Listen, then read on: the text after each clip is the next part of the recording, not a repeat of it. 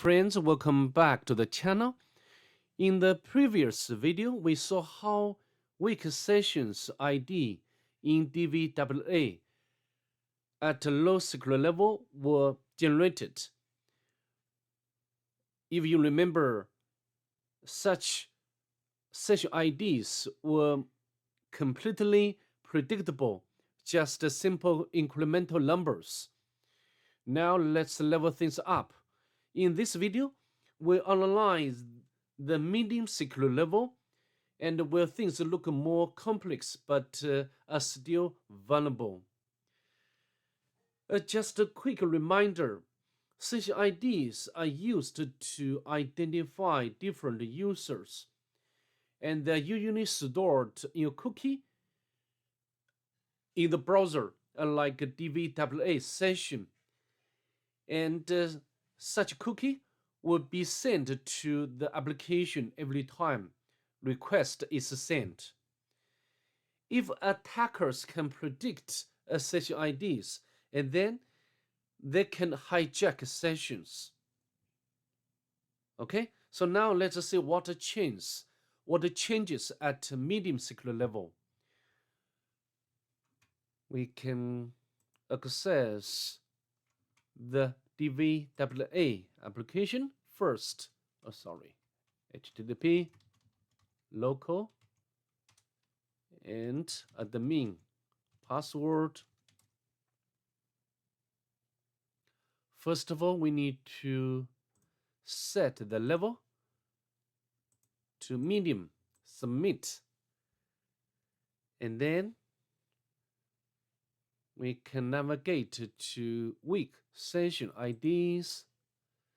So as the previous video, we'll still have the button generate, and to know what's going on under the hood, or particularly how the cookie or how the session ID is generated, we need to use the developed tool of browser. Okay, right click and click inspect, and then navigate to storage.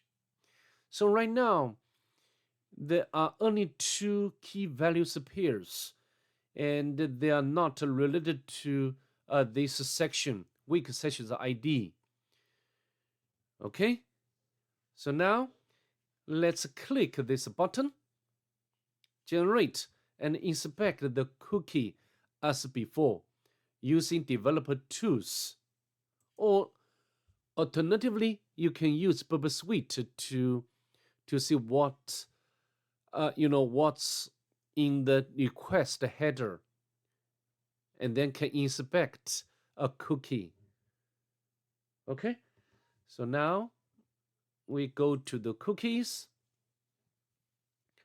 So unlike low secret level, this time the value would be much more bigger, right? And no longer a simple number like before. So we can count how many digits. 1, 2, 3, 4, 5, 6, 7, 8, 9, 10. So there are 10 digits. And we can copy this value,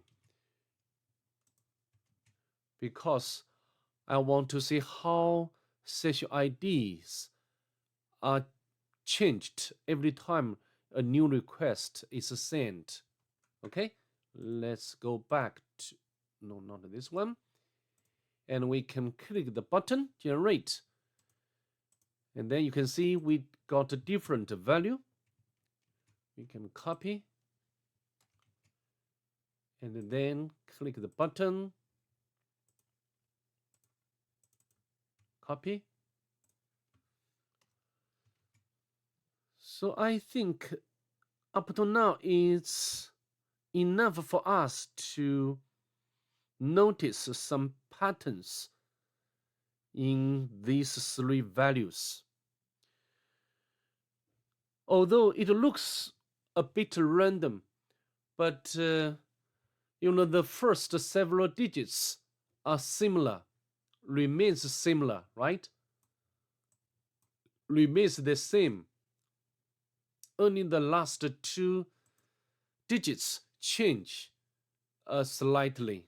Okay, so this suggests, or this represents a pattern. And also, I think if you use Python or use Linux, this looks a bit familiar. As a matter of fact, this is some sort of timestamp. Okay, so I think we can try to, convert such a timestamp to normal date or normal time into the date and the time values. Okay, and you can use Python, but more convenient way is to use Sabbath. And let's go to Sabbath.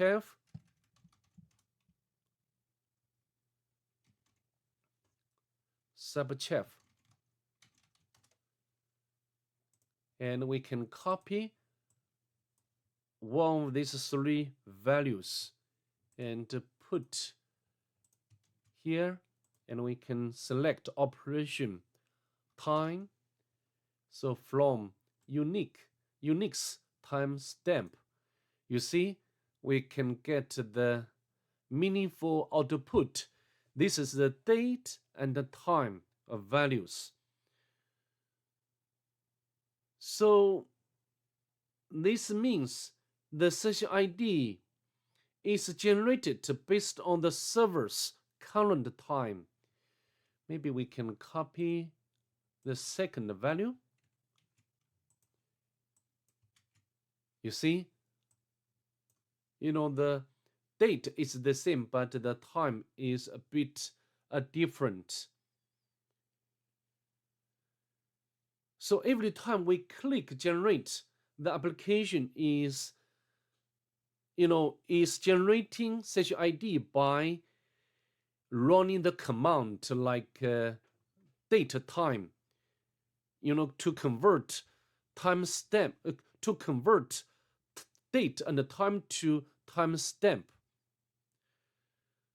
So from this point, we can know, although session ID at medium secret level looks complex and random, as a matter of fact, it's not random. We have already found its a pattern. Such a session ID is directly based on the current time, and this is predictable. So this means attacker can estimate a server time, and by estimating time to impersonate other users, other valid user, and this leads to session hijacking. Okay, for example, I have already got this number, this value, and I can try to, use another number. Just example, for example, like 115, or different the timestamp, and this can potentially hijack active sessions. I mean, the active sessions of valid users. Okay, so I think now we can go to the source code to confirm our discovery. We can make the window to be larger. Yes, indeed, the session ID is generated by this function time. And this is a PHP function, and this is not random at all. And no, this is not a secure way to generate a session ID. So to fix this vulnerability, developers should not use the timestamp only or directly. We can, for example, input or import some random number, and this can make session ID unpredictable. Okay? So in this video, we saw that even at the medium secure level, DVWA still has a vulnerable session way or a vulnerable session mechanism, just slightly more disguised. So in the next video, we'll check the high secure level and see how things improve. Alright, if you enjoyed this, please like the video, comment, and subscribe to my channel. See you in the next one. Bye. Have a good day, please.